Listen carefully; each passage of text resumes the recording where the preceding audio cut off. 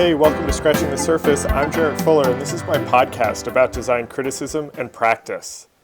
On this week's episode, I have a really interesting conversation with Penelope Dean.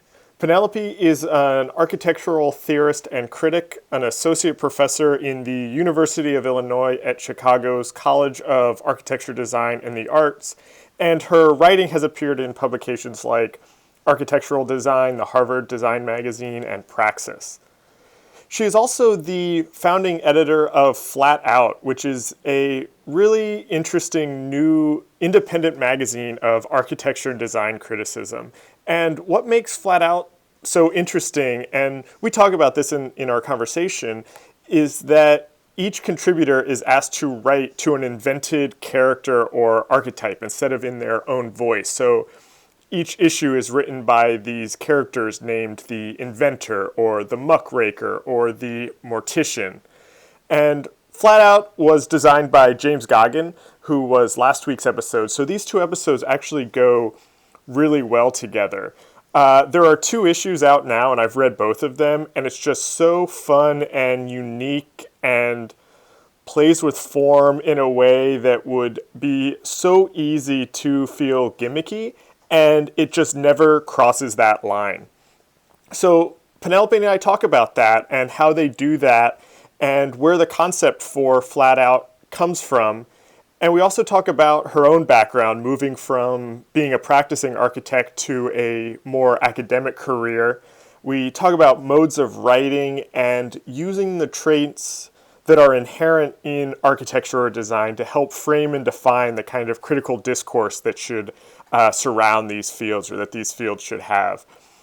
I really got a lot out of this conversation. I thought Penelope brought up a lot of interesting ideas that could be applied to how we think about talking about graphic design, and just found the way she thinks about these things really, really refreshing. So go check out Flat Out magazine, buy a copy for yourself, and enjoy this conversation with Penelope Dean.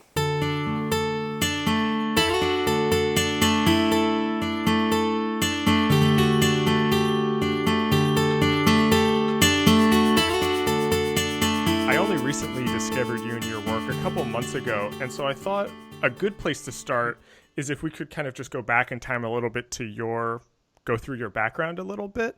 And I wanted to start with kind of where your interest in architecture came from, or how you got interested in architecture. Oh, that would go back a long way. So I'm trained as an architect.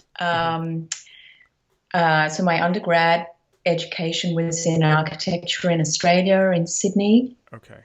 So that was straight out of high school. And then I went on to do a Master of Architecture in the Netherlands. Okay. And then obtained a PhD in architectural culture, critical architectural culture at UCLA. So it's all I've done in a way, but I've migrated, I guess the work that I've done has migrated out of practice. So I worked as an architect for 10 years before entering academia in the US, basically. That was something I was curious about, because I'm very interested in the relationship between practice and academia, or practice and theory. And when I was researching you, I saw that you had worked as an architect for a while. So you said you were working as an architect for 10 years before you decided to kind of shift, or what was that kind of, how'd that transition happen? The architectural education I got in Australia was very, I guess, technical. I mean, the school was a professional degree, and the focus when I was initially studying at that school in Sydney was very technical. And from there, I did work for maybe a year or two after I graduated for architects in Sydney. I wanted to kind of get a more conceptual, supplement what I'd learned technically with a more conceptual background to architecture, which took me to Europe and Amsterdam and the Berlage Institute, where I got the master's. And so there it was less technical education than it really was a conceptual thinking about architecture. Yeah. And I ended up, I then also worked for 4 years in the Netherlands after obtaining that degree for the Dutch firm MVRDV, which was based in Rotterdam, and worked on a lot of competitions where the conceptual part of the education was very important in the office environment. Mm-hmm. And so that was a kind of exhilarating time. But from there, I wanted to, I guess, theorize and historicize some of the conceptual ideas, and that kind of seemed to be the best moment to do that in the early 2000s, which is when I came over. So it really was, one kind of, how would you say, something I felt was missing in each phase. Yeah.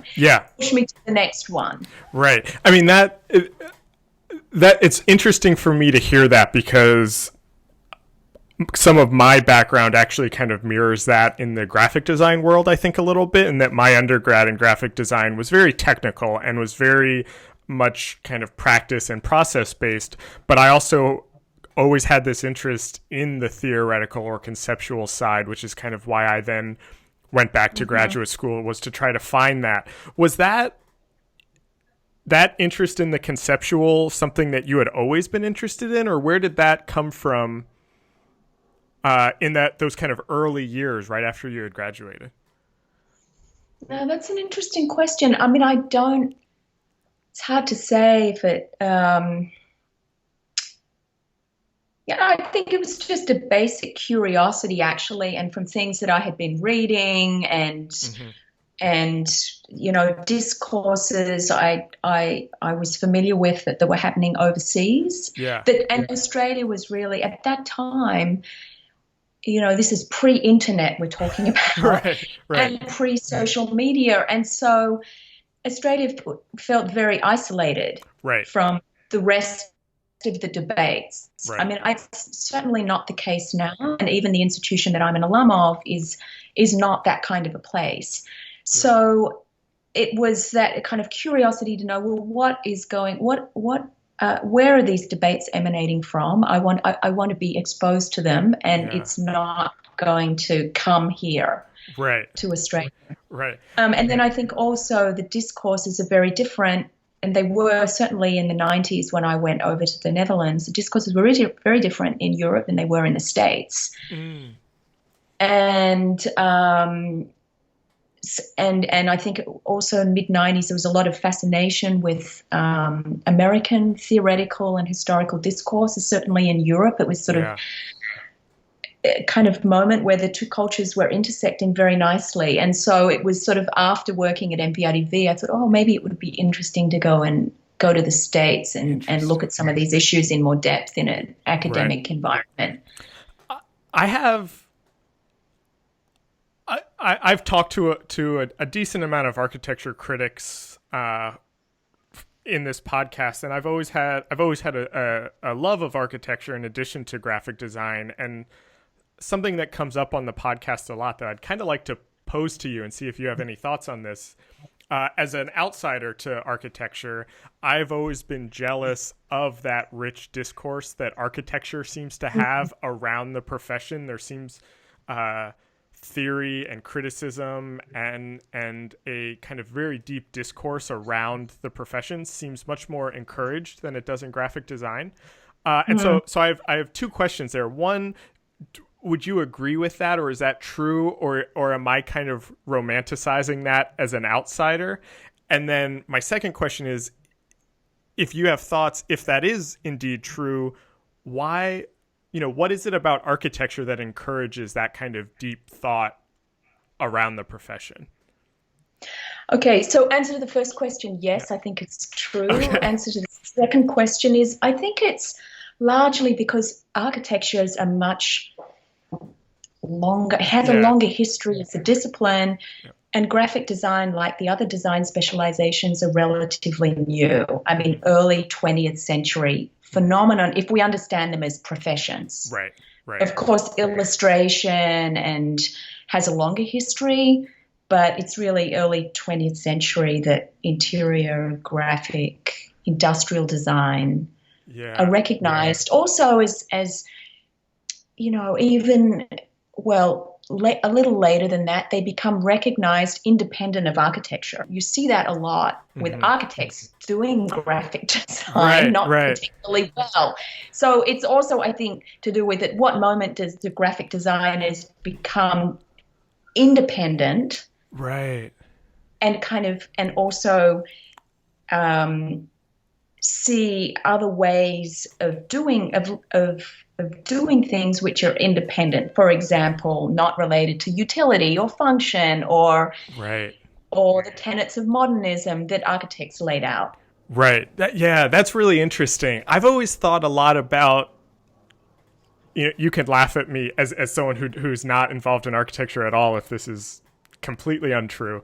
But I also kind of thought there might be something to the fact that the process of building even is just so much longer, and that a lot of architects, it just takes longer to kind of build something, that there's a need to kind of be filling time, not filling time, but there are other avenues to pursue practice aside from building buildings, I guess is what I'm trying to say. I think that's true. And in fact, you can also see at moments when there is little building activity, especially in the US, theory and history have really flourished. Yeah. So I think there's definitely a connection between the availability of work and the time you have on your hands and writing. Right. But I also think that fields evolve at different moments. I think the fields have different tempos and there are different issues at different moments depending on what the field is doing. So I also am optimistic that fields like graphic design will have many more writers very soon. Yeah. You know what I mean? Like catch up. Right. I mean, I hope you're right, first of all. Because that's kind of what I'm very interested in. But this might be a good place to transition in. When I was researching you in your biography, it said that you're interested in, or you're researching the relationship between architecture and the allied design fields. And that sentence was something that was very intriguing and appealing to me. And, I think we're kind of getting into that a little bit, but I'm curious if you could just expand on that a little bit and what that means to you, or kind of what your interest around that is. Well, that was the subject of the dissertation. Oh, okay. But it's still ongoing research for me. And what I've been doing is looking at the period more or less from the late 1970s through to 2008. So you could say the sort of rise of neoliberalism and then the financial collapse or crisis in 2008. Right. And looking at the relationship of architecture in that 30-year period to other design fields like graphic design or interior or industrial design, because I think it's really at that moment that architecture simply becomes another kind of design. And so the argument of my dissertation and ongoing research is that architecture becomes absorbed by what is really just a generic field of design in which there are many specializations like the classic modern specializations, graphic, interior, industrial, but also new kinds of design, whether that be information design or all the other kinds of designs that have emerged in between the existing ones. Oh, that's so interesting. So that's what the kind of bigger project is. I talked to, this reminds me of a conversation I had with Mark Lampster. Do you know him? He's an architecture critic in Dallas. No. And he and I talked about how the lines of architecture are even blurring a little bit, where it sounds very similar to what you're talking about, where there are now kind of architecture critics who are writing about urbanism and space and kind of architecture in the very expanded view, instead of just talking about a building. for instance, but all the things that happen around the building, and that these borders between these different disciplines are getting much, much fuzzier. Yes, I mean, I think that's one way of seeing it. I think that another way of seeing it is to actually, I see it slightly differently, which is to say, well, the case we have to make as maybe architecture critics is what is specific to architectural culture that's not specific to other design cultures. Oh, interesting.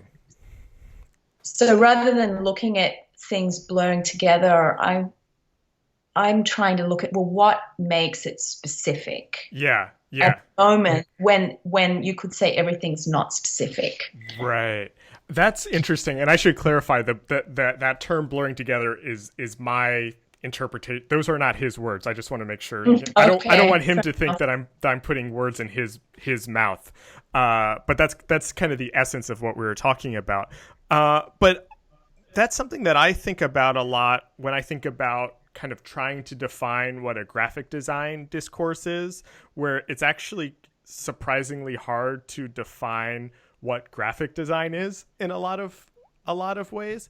And so I don't know if I have a question here other than if I'm just kind of agreeing with what you just said, but that idea of figuring out the specific in architecture, something that's interesting to me. And I guess I'm curious, how this is a weird question that might be too big to answer in the time that we have, but how do you think about kind of going about finding what makes the specific components of architecture versus another design field? How do you think about that? Well, I think in the case of architecture, we have the obligation to project a new kind of world doesn't exist, and this is what we talk a lot about at the school where I work, UIC. Mm-hmm. And so it's not about reproducing reality, but producing a new idea for a different kind of reality. And right. That then can manifest itself in different ways, whether it's through writing or it's through a build project or whether it's through a drawing. Right. So we have specific disciplinary tools, and you do as well, right? As a graphic designer, right? But the obligation is, well, what end are you putting those means toward? That's interesting. I like that a lot, actually. I want to talk about Flat Out because that's kind of where I first came across your work, and it is a project that I'm very interested in. And so before I kind of ask you my specific questions about it, I would love for you to kind of give your description of it. I think you'll do a better job of explaining what it is than I am. So what is Flat Out? Well, it's an architecture and design magazine. It comes out twice a year, and the editorial concept for it is that we invented 15 fictitious characters or writers, and we then invite different authors to inhabit the role of that character or writer in every issue. And so it was really a way to rethink what architectural criticism could be. Mm-hmm. And we also were kind of wanting to push writers to, in a way, not push their writing in directions that they may not otherwise do when they play themselves all the time. Right. If that makes sense. Yeah. And then we also think the graphic component is extremely important in communicating that idea. And so we collaborate very strongly with graphic designer James Goggin, and we also commission different illustrators to interpret the characters for every issue. So this perfectly sets up my kind of series of questions around that. And the first one is, I love this concept of asking your writers to write to a specific character, and that there's a certain kind of performance aspect to it, where they have to take on these new roles. Where'd that idea come from? It's such a great idea. And I read the first issue, and I thought it was so interesting the way, and that you don't put, I don't know if this is giving anything away, but you don't put the real person's name until the end. And so you're reading this. Yeah, you're reading this as you're reading this from a fictional person. I just think it's such a great, unique concept. Where'd that come from? I guess it evolved from a few places. One of them was that I had been, as part of the kind of research, I'd been, from my dissertation, I'd looked at a British magazine, Blueprint, which had been launched in the 80s. And it was an interesting magazine because it was one of the first that really promoted architects as stars. So I was very interested in this idea of celebrity, and which occurs at the moment that the genre of biography really starts escalating in literature. Oh, interesting. So I'd done that research, and then I was struck by the contemporary moment where everybody is against celebrity and authorship. Right. And so I was thinking, well, how could one still take on this issue of celebrity and authorship, which I think are incredibly important because they say something about talent and quality and ingenuity and all of those things, which I think are incredibly important still important in culture. How could I deal with that, but turn it into something that was a fiction? So that was one part of it. Another part of it was having seen the David Bowie show at the MCA in Chicago. Okay. And being fascinated by all of the fictitious personas that he developed as part of his, performance repertoire. And one of the reasons he did that was because he found it incredibly difficult to write. And I've discovered a quote by him which said, I couldn't write for me, but it was very easy for me to write for Ziggy Stardust. Yeah. And so then I was thinking maybe this would be an interesting challenge for an author. Because so many of us suffer from writer's block. It could be a kind of release or a liberating way to think about writing. Yeah. And then the third was a little piece I'd read in Arts and Architecture that was published in the 40s that analysed all the different kinds of critics operating at that moment, and they'd all been given strange names. Yeah. And so I thought, there's somebody diagnosing the situation. What if we actually don't diagnose, but we just invent them? So it was really those three unlikely sources. And then I have to give credit to James Goggin, the graphic designer, who we kind of had a lot of discussions about, like, well, okay, we invent them, but now we also have to visualize them. How do we do that? And so James was really able to take the personality idea and translate it graphically. Yeah. So it's an idea that evolved from different places and then got kind of put into place by us writing the profiles and James imagining the graphic idea behind them for the magazine. One thing that we were also wanting to get away from was the idea of the themed issue. Oh, yeah. And so many publications focus on a theme. And what that means is often you get a lot of stuff in there. It doesn't always relate to the theme, and it's not always particularly high quality. Right. And the theme becomes a way to package stuff. Yeah. And so one of the questions we were also asking is, what would it mean to make a magazine without a theme? Right. And then how do you organize the content? That's so interesting. So if I, added to the three things I've been very interested in about, from Bowie to arts and architecture to celebrity culture, that came after sort of immediately saying we are not doing themes. Yeah. It was, okay, what do we do? Right. I love that. I mean, especially hearing the background, I think it's just become so much more interesting and powerful in a way. Do you I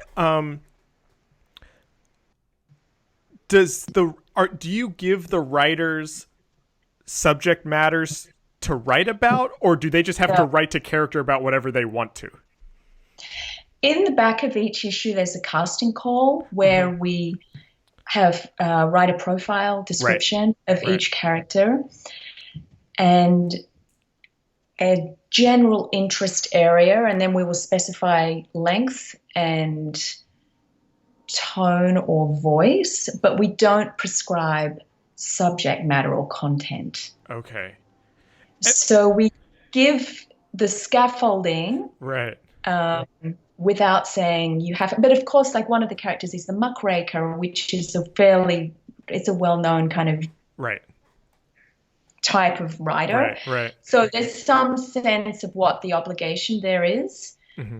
But then another one is you, Right, and right, and that's about not being you per se, but a you in an interior right, and writing right. in second person. We try and look for very young emerging writers as Mm, well as more established figures. So we're also in that mix of genres. right. We're also trying to um, mix up generations of contributors because we also think that architectural culture is not just one generation, but Right. many generations working at the same historical moment or writing at the same historical moment. Yeah. How I'm this you might not be the person that can actually answer this, but I'm very curious about what the response has been from the writers kind of going Oh, through that process. oh, that's very funny you asked that because I do write about that in the editorial of the next issue Oh, okay. that which just came out. Um, so you know, I think the responses ranged from yeah, sure, I'll give it a go to you've asked me to write something completely different. How do I Yeah. do it? So it's a whole range of responses, um, but nobody dropped out. Yeah, okay, good. That's a good thing then, I guess. Yes. And then I'm also curious kind of what the response of the readers have been. Are they able to kind of buy into this fiction that you're creating Yes, essentially? we've had a lot of positive feedback actually um, from readers. We also had criticism, which is what we love, disagreement anyway. Yeah. So some of the funny criticisms we got were more about the design actually than Oh, interesting. um, so for but interesting things like well your margins are very small and I can't write notes in the on the sides Oh, of oh, okay. essays Okay. um, or it's hard to read the contents page then jump to the content and then have to go back to the Yeah. contents page again because you can't read this linearly. You have Yeah. to always jump back to the context to get the first 50 words. Yeah. I noticed that one. I can see that one. And so, but we also, and we took them very seriously and we thought, well, let's just see how it goes because this is a magazine that asks you to read differently. Hmm. And one of the reasons why, I mean, maybe for your listeners who haven't seen the magazine, every single essay starts on the first page, but Right. just 50 words, a bit like a newspaper, front page of a newspaper. Right. And then you jump to subsequent pages for the rest of the essays or the illustrations. So we're just going to see if it's something you can learn to Yeah. navigate. Right. Right. I think that's a good way to approach it. Actually, I kind of want to. I have a question related to that, but I kind of want to connect it to a larger question that I have. I'm very something that I'm very interested in is kind of finding new forms for design writing, and so the fact that this is a podcast was born out of an experiment of, do these kind of critical discussions that I'm interested in have to take place with text on the page, or can you talk about design at a deeper level on a podcast? And I've kind of done some experiments in video, and I've talked to people who have done design criticism as fiction or kind of short stories to talk about these things. And I think you're kind of doing that also with Flat Out, is kind of playing with the form of the critical essay in a lot of ways. And so my question, I guess this is two questions. One, I'm kind of interested in just your general thoughts around the form of design criticism, architecture criticism, just kind of that format and how we can play with that and mold that. And then more specifically is when I asked about kind of how the reader's response was, is this concept, which is very high concept, could very easily go into gimmicky. Yes. And I don't think you ever cross that line, but that's a very easy line to cross. And so yes. How do you think about that? And then connecting that to the first part is, how do you think about playing with the form without it just becoming a gimmick, but is actually kind of contributing to what you're talking about?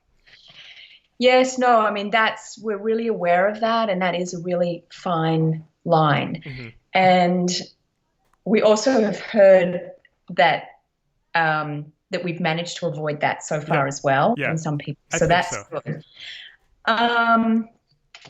Well, a couple of things. What we deliberately tried to do is to not mix them up, but to have all different genres of writing together in one journal. So typically you would get, say, the scholarly essay in a peer-reviewed journal, or you would get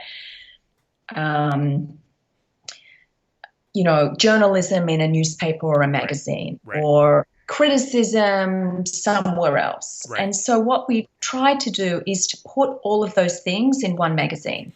Interesting. Which means that some readers may only be interested in the genealogist piece, which are scholarly essays with a lot of footnotes, for example. A non-architect might be interested in the outsider character, which is always written by somebody who's not an architect, but somebody that has a tangential relationship to the field. Right. So that's one way we're trying to experiment with the genre, not so much inventing new genres, but inventing a way to line them up. Yeah. So they're all in the same issue. Yeah. So that's one thing. And then in terms of avoiding the gimmicky nature of it, I mean, we try and we're very attentive to scholarly conventions. Mm-hmm. So we had long discussions about the role of footnotes and where to put them, for example. Okay. And then also like sentence structure and the voice are also very, very important. So what we also realized, we don't want it to just be a joke. So in a way, the writing has to be excellent and very well edited. Right.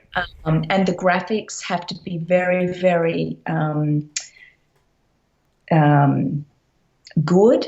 Yeah. You know what I mean? So like the craftsmanship of the issue is at a very high level, graphically and editorially.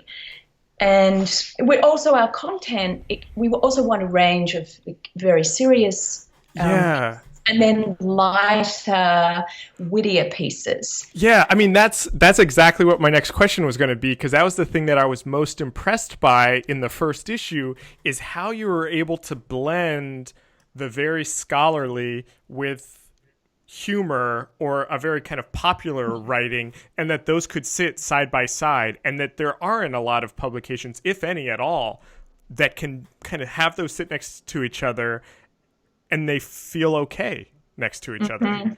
How do you think about that?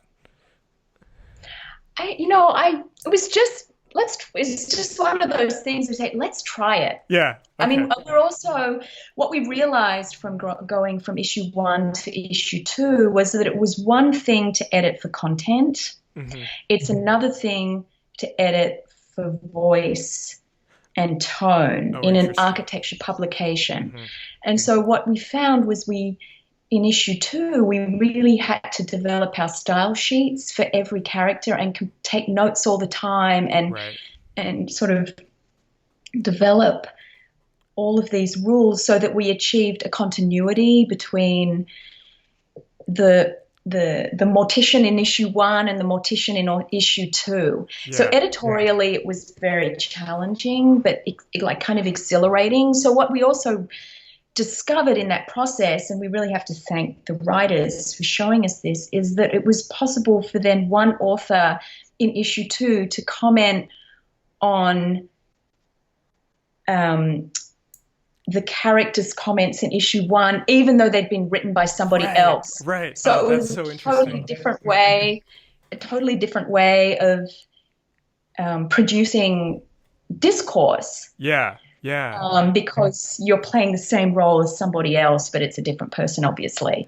It's a little bit like, I always like to think of it as, is it Sean Connery playing James Bond or Roger Moore, for example? Right.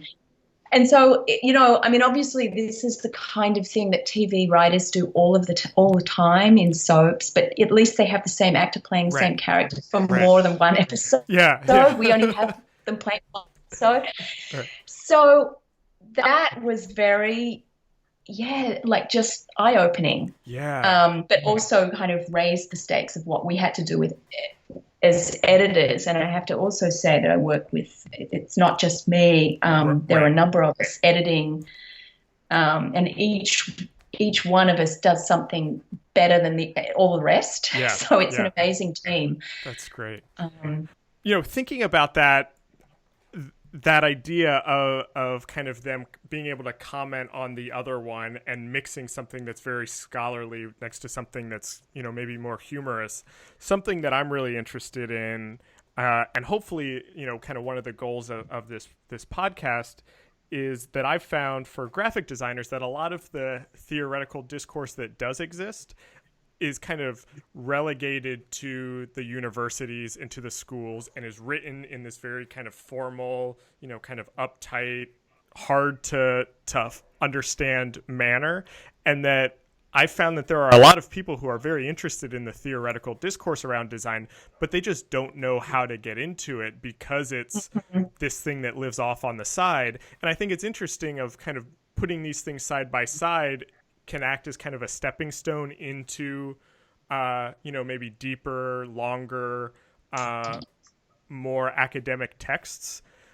So I'm not sure exactly what my question is, but I'm curious how you go about introducing, harder, I don't want to say harder texts, but, within architecture and within flat out, introducing people to types of readings that they might not be familiar with, or I'm struggling with how to, so that you're not talking down to the people that do know this thing, but you're also keeping it accessible for the people that don't know it. How do you find that balance? Is kind of, sorry, that was a long way to ask that question. No, that's great. That's a good question. And maybe that helps me say what I said before more clearly, which is, there is, in the end, it depends a little bit on the writer that you're working with.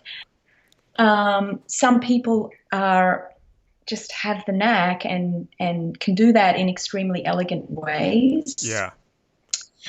What that means is, and I'm also thinking back to something I read in Arts and Architecture from the landscape architect Garrett Ekbo, which is what is landscape architecture, and he starts off describing very anecdotally the front garden of a house in suburbia, which would be very appealing for a lay reader, for example. But then as the narrative unfolds, it becomes more and more technical and didactic. So that transition, it sort of passes from journalism to, it never becomes academic writing, but it would appeal to that kind of an audience. So that happens within the piece. We have not managed that yet, but so that's, and I also think it's a very hard thing to do. Yeah. So we thought, well, if we simply say, okay, we have the scholarly piece, and that will appeal to a certain kind of reader, and then we have Right. the witty commentary that will appeal to another kind of reader, Yeah. and then we have a graphic essay which will appeal to a different kind of reader. So we sort of trying to imagine that we have niche readers, and Right. they may only be interested in one slice of the magazine. Because one of my fantasies is to, once kind of collect a series of essays and publish an anthology by the Mortician, for example. Right. Yeah, that'd be great. So, or by the Outsider. Right.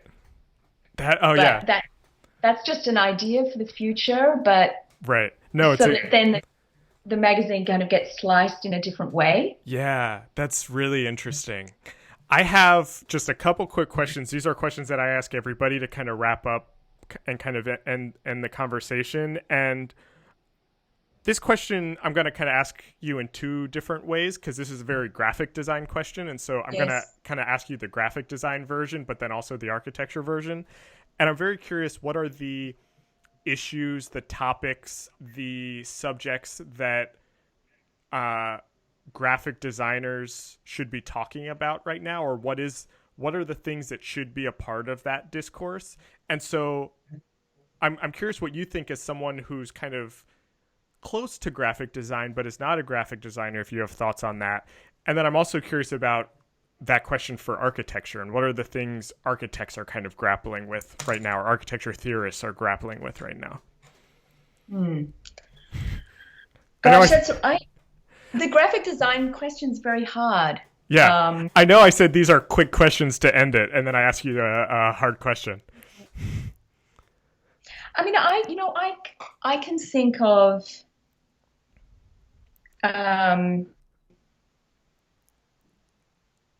essays on graphic designers, like historical figures and or even their own writings. What I can't think of, or what I haven't seen, and this could be simply because I'm not in your field, is graphic, like reviews of graphic design, contemporary graphic design work by other graphic designers. Does that exist? Kind of. Yes, it does exist. I don't want to get too far into this because we are short on time. That's kind of one of the things that I'm interested in, is that when that does exist, it often kind of is relegated to a surface level review. So it's looking at the colors, the typography, without kind of, there's not a lot of it that considers all the context around it, where it lives in the world, kind of the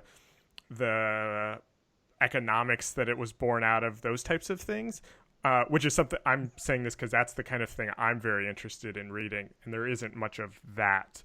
But there are things like a company redesigns their logo, and then someone will write a review of what that new logo looks like. And is that taking place in I magazine? Or what?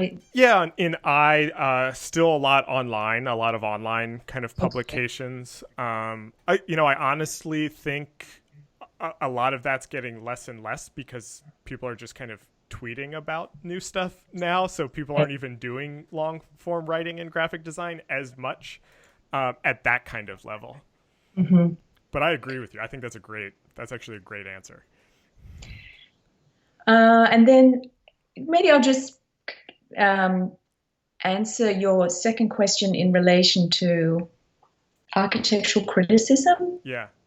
Which is, I think we need more humor and more wit. Yeah. And a little more lightheartedness. That doesn't mean light content, but less sort of apocalyptic writing. Right. That's actually a great answer. I think you're, and I love that because I think you're kind of trying to do some of that with Flat Out in a way, is that there is it's so clear that you take these subjects seriously and your writers take these subjects seriously, but there's a lightness to it, not as in, kind of that you don't care, but it's fun. It's fun to read. I think that's a great answer. My last question for you, hopefully this is a kind of quick, kind of easier question. I'm very interested in who are the writers, the critics, the theorists, the designers, architects who have really influenced you and the way you think about these things, or the kind of writing that you really enjoy reading. Mm-hmm. Well, I enjoy very much the writing, the criticism of Raina Banham. There's also an Australian critic, Robin Boyd. Oh, I don't know that name. Who wrote fabulous mid-century criticism. Oh, interesting. Witty, very, very astute, accessible, witty, opinionated. Yeah. And for the same reason, I appreciate Banham's writing. Right. And there are also, I also think there are architects who write extremely well. And I already mentioned the landscape architect Garrett Etbo, but I also think the writing in arts and architecture mid-century was very good.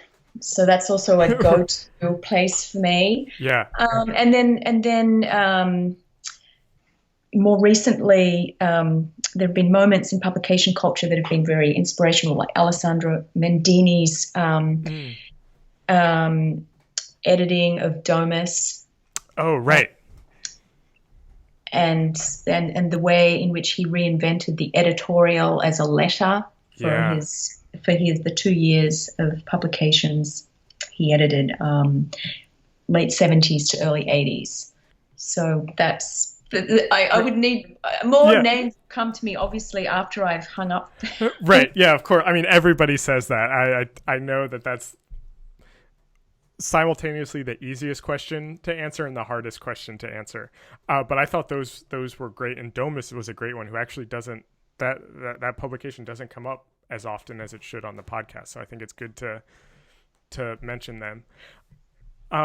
Penelope, thank you so much for this conversation. This was so fun for me, and it was great to kind of hear about your background and about Flat Out specifically. I love the work that you're doing, and look forward to future issues. So thank you so much for being a part of this.